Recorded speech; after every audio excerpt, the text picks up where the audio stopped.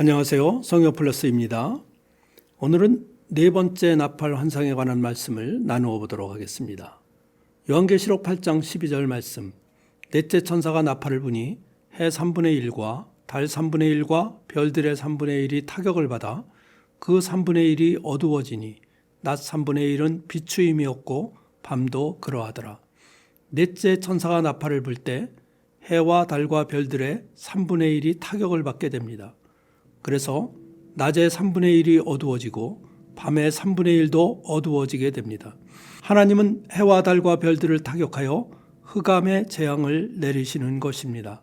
종말에는 온 세상이 어두워지는 하나님의 심판이 있을 것을 경고하고 있는 말씀입니다. 그렇다면 넷째 나팔 환상이 의미하는 것은 무엇일까요? 첫 번째로 누가 진짜 신인가를 보여주는 말씀입니다. 누가 진짜 신일까요?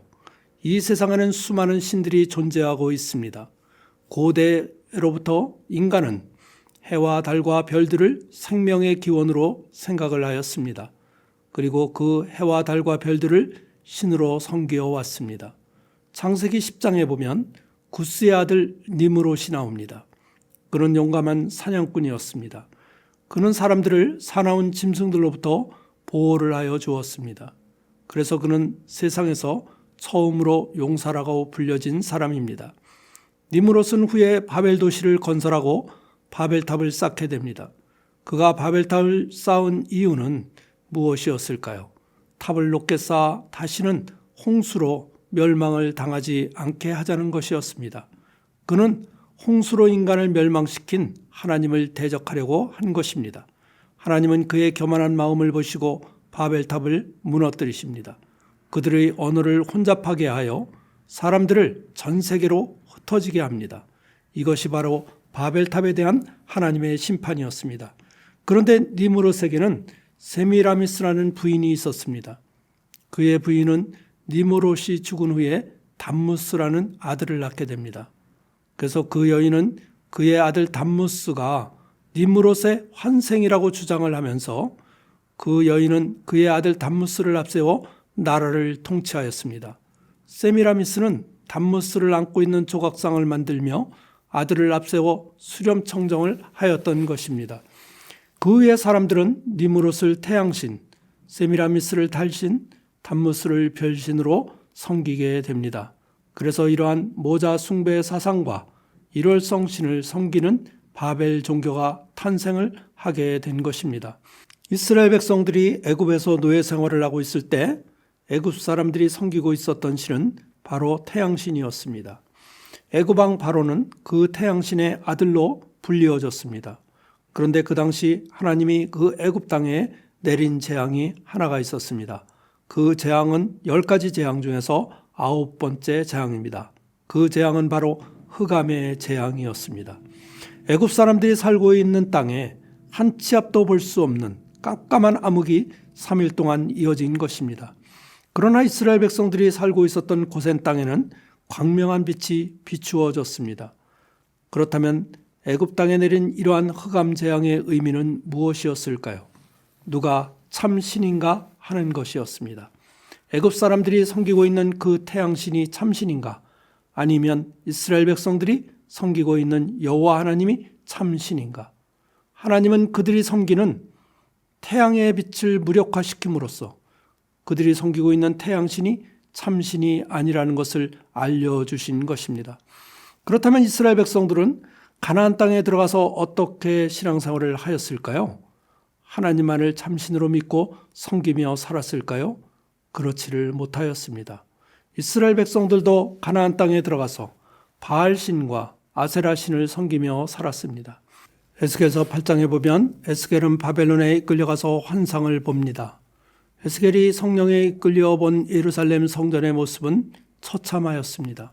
에스겔서 8장 10절에 보면 이스라엘 백성들은 각양곤충과 가증한 짐승과 이스라엘 족속의 모든 우상을 그 사방벽에 그려놓았습니다. 14절에 보니 성전 북문 앞에서는 여인들이 앉아 담무스 별신을 위하여 애곡하고 있었습니다.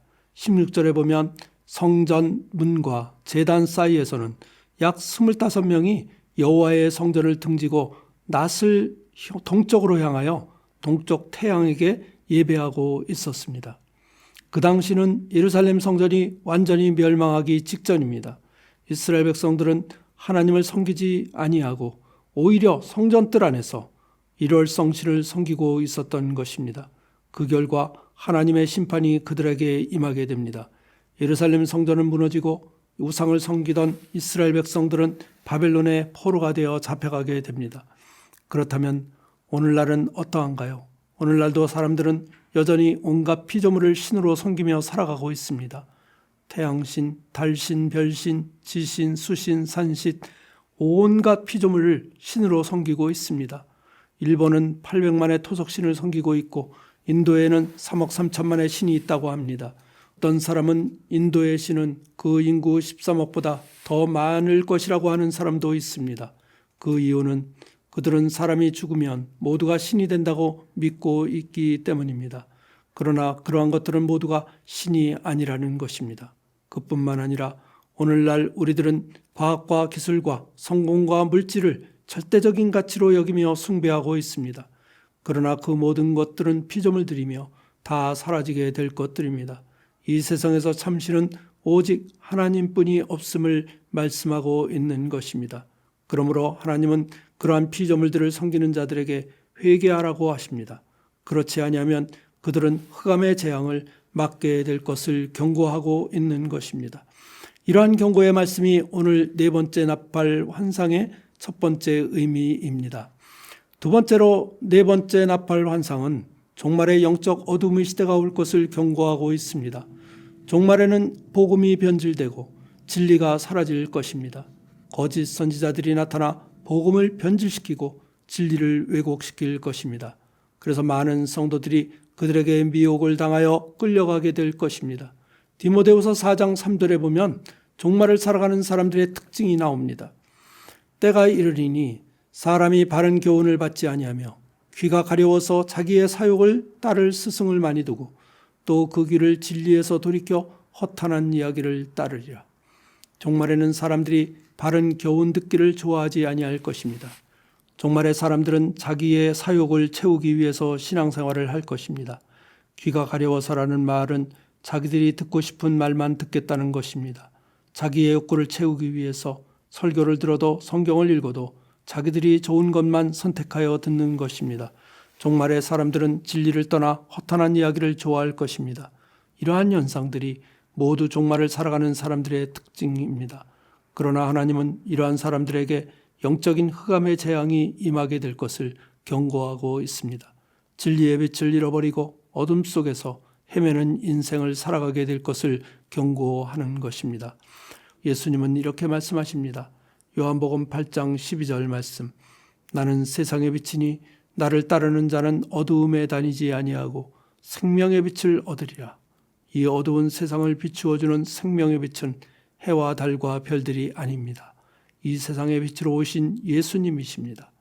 예수님은 죄 가운데 있는 이 어두운 세상에 생명의 빛을 비추어 주기 위하여 이 땅 위에 오신 것입니다. 주님의 말씀은 우리들에게 생명의 빛이요 등불이 됩니다. 예수님의 말씀을 믿고 따를 때 우리들은 흑암의 재앙에서 벗어날 수가 있습니다. 세상의 빛으로 오신 주님을 모시고 살아갈 때 우리 안의 어두움은 사라지고 우리의 영혼에 밝은 광명한 빛이 비추어지게 될 것입니다. 우리 모두 이 세상의 빛으로 오신 예수님과 함께 빛의 자녀로서 밝고 힘찬 인생을 살아가시는 모든 성도님들이 되시기를 간절히 기도합니다. 아멘.